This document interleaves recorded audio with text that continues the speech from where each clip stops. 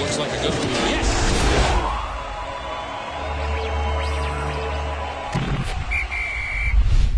Welcome to Iowa City, home of the NCAA Women's Basketball Tournament, at least for the time being, and the Oklahoma Sooners getting ready to play Georgia Tech tomorrow night. This is Nissan's Drive to the Championship. I'm Jenni Carlson here with Barry Tramel. Barry, let's talk about this matchup tomorrow.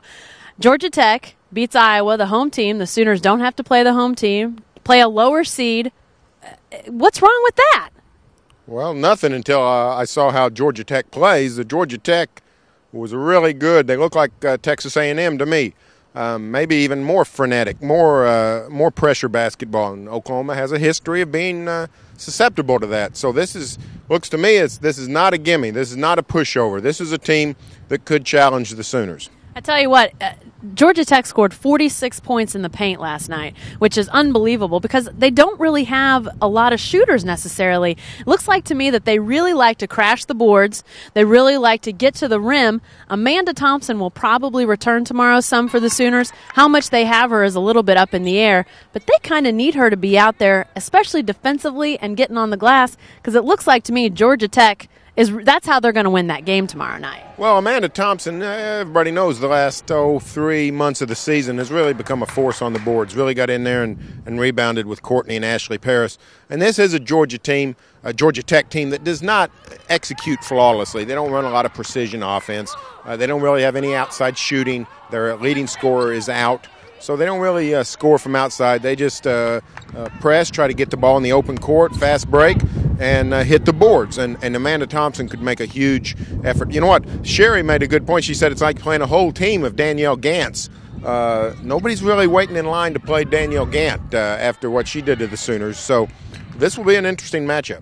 Do you anticipate the crowd or lack thereof to have any impact tomorrow? Because there was a decent crowd here last night for the Iowa-Georgia Tech game, but I anticipate that after the Hawkeyes went out, that a lot of the people we saw last night at Carver Hawkeye will not be back for this game. Could that be a difficult thing to have to play in a gym that's so sterile? I don't think it'll affect either team. The truth of the matter is players at this level have played a ton of games on the AAU level.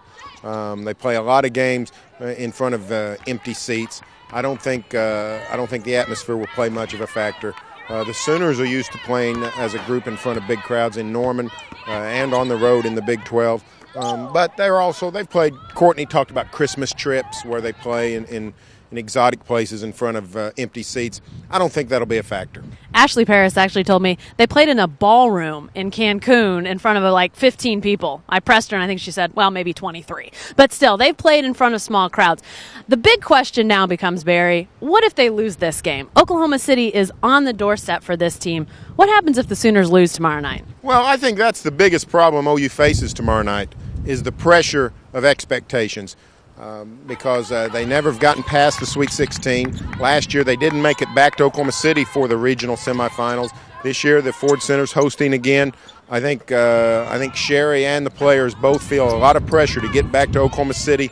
That to me is the biggest thing working against them is that pressure.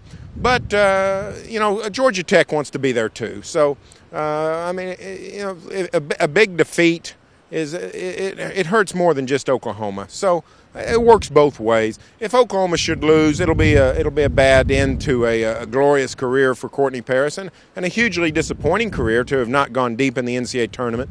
And the Ford Center Regional will take a major hit. Won't have near as many people, near as much excitement. Sherry's career is going to have to take a restock because this was a golden opportunity. So, it's a huge game for Oklahoma women's basketball, no doubt about it. I think if they win this game, you have to like their momentum. You have to like the way they're headed, and then they go back to Oklahoma City. Obviously, the home crowd will be there. So I think if they can get back to Oklahoma City, I think they have a really great chance of maybe winning a game or two from Oklahoma City. My big question, WWBD, what will Bubba do if the Sooners lose? I guess we'll get to find out about that if that happens. Stay right here with NewsOK.com for more from Iowa City and the NCAA tournament.